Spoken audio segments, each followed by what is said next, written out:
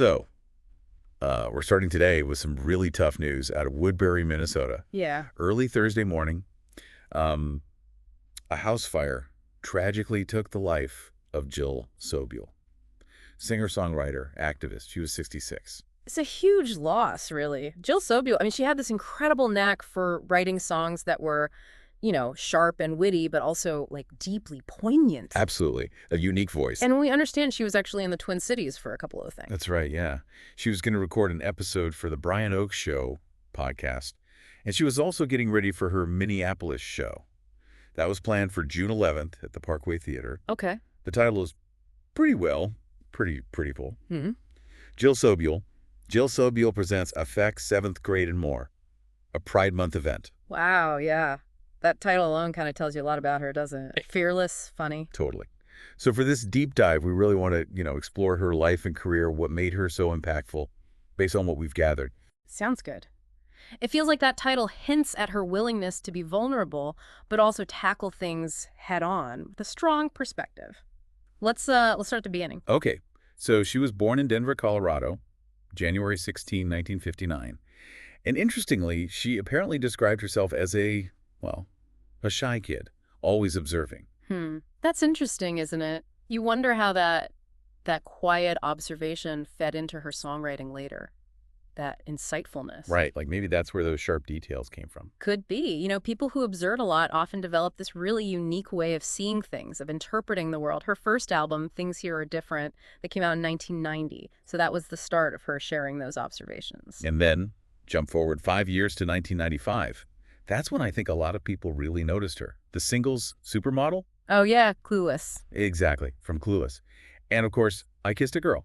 Super catchy. Very catchy. But I Kissed a Girl. I mean, that was more than just a pop hit, wasn't it? Definitely. And this is where it gets really interesting thinking about its cultural footprint. Right, because I Kissed a Girl, that song holds a pretty significant place, historically speaking. It was the first, openly gay-themed song to crack the Billboard Top 20. Wow, the first. Yeah. And even though, some radio stations down south apparently banned it, Right, I heard about that. it's still really connected with people. It sort of signaled a shift, maybe, in the mainstream. Opened up conversations about LGBTQ plus stuff in a way that hadn't really happened on that scale before. It really makes you think, doesn't it? The power of just one song. Not just entertaining, but challenging things still. Exactly. Broadening perspectives. And those hits were huge. But her work, it went way beyond that. Over 3 decades, 12 albums. Oh, albums, yeah. The sheer range of topics she wrote about, it's pretty remarkable when you look at it. What kind of things are we talking about? Well, looking across her whole career, it's clear she wasn't just sticking to, standard pop themes. She'd tackle really complex, sometimes difficult stuff. Things like the death penalty, anorexia nervosa. Heavy topics. Yeah, reproduction, lots on LGBTQ plus issues, naturally. It really shows, I think, a commitment to using her music to explore, the human condition, all its facets. You don't always get that in the mainstream. No, you really don't. And she wasn't just in the studio, right? She's known for playing tons of shows. Dozens a year, apparently. Yeah. And she called live performing a vulnerable experience. What really struck me, though, was that she often didn't even plan her set lists. Just kind of winged it. Yeah, wings it. That's what was reported. What do you think that brought to her shows? That spontaneity? Well, it suggests a real confidence, right, and a deep connection with the audience, being able to just feel the room and go with it. Like a real intimate kind of vibe. Exactly. Probably made each show feel pretty unique. And it fits with something she said in an AP interview back in 2023. She was talking about her musical. Okay. She said, in a good way, I feel like I'm still a rookie. There's so much more to do, and I haven't done my best yet. Wow. After all that time. Yeah. It shows this, enduring artistic curiosity, still exploring. That's fascinating. To still feel like a rookie after decades of success. And clearly, her peers respected her. Look who she performed with. Oh, absolutely. Sharing stages with people like Neil Young, Billy Bragg, Cyndi Lauper.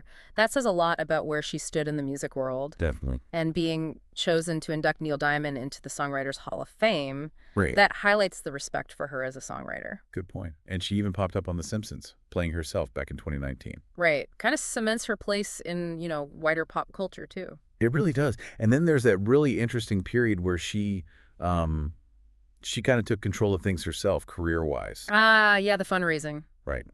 After major labels dropped her, and indie labels were struggling, she funded her 2008 album directly from fans. Mm-hmm. Mm-hmm. What do you make of that? Was it just practical or something more? I think maybe a bit of both. Practical necessity, maybe, but also seems like a real desire for, like, autonomy.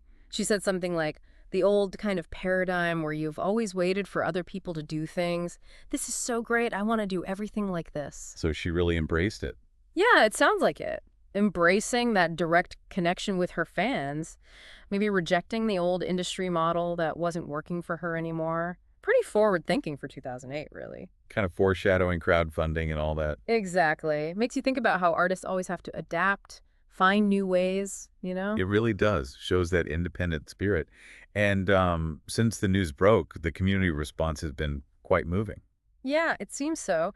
Her friend, Ron Boswick from the radio station 105.5, the Colorado Sound. Where she was supposed to play. Right. He's hosting this informal get-together in Denver, Yeah, just for people to share stories, songs, and a nice tribute.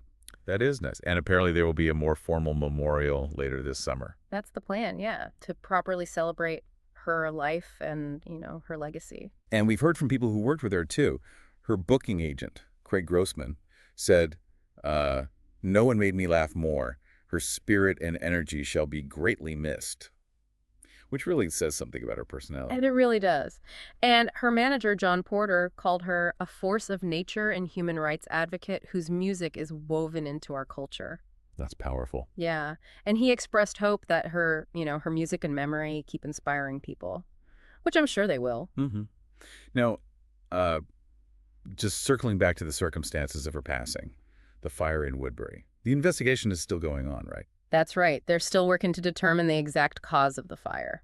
But initial reports said no immediate signs of foul play. Correct. Woodbury Public Safety reported no immediate signs suggesting foul play. And the Ramsey County Medical Examiner's Office is doing their investigation into the cause of death. Toxicology results are pending, apparently, which could take, 6 to 8 weeks. Okay. So still some unknowns there. Yeah. And we know she's survived by family, her brother James and sister-in-law Mary Ellen Sobule and nephews and cousins. Right. So when we sort of step back and think about Jill Sobule's life and work, what really stands out? Well, I mean, she was definitely groundbreaking, wasn't she? Getting mainstream hits with songs that really push boundaries. Yeah, absolutely. And a fearless songwriter, tackling all those complex, sometimes uncomfortable human experiences. Right. Plus that captivating live performer persona, the spontaneity connecting with audiences. Mm-hmm. And definitely that independent spirit, forging her own path when the traditional one didn't fit. Yeah. So when you put all that together, her story, it's a pretty powerful example, isn't it? An artist who really carved her own unique space, left a real cultural mark. Absolutely. And it kind of makes you wonder, doesn't it? How are artists today continuing that kind of work, breaking new ground, finding new ways to connect, maybe building on that same kind of independent spirit Jill Sobule had? That's a great thought to leave people with. Maybe explore her music if you haven't already, or revisit it. There's a lot there. Definitely. Go listen to her catalog. Discover the depth, the wit. Yeah. Yeah. A remarkable artist.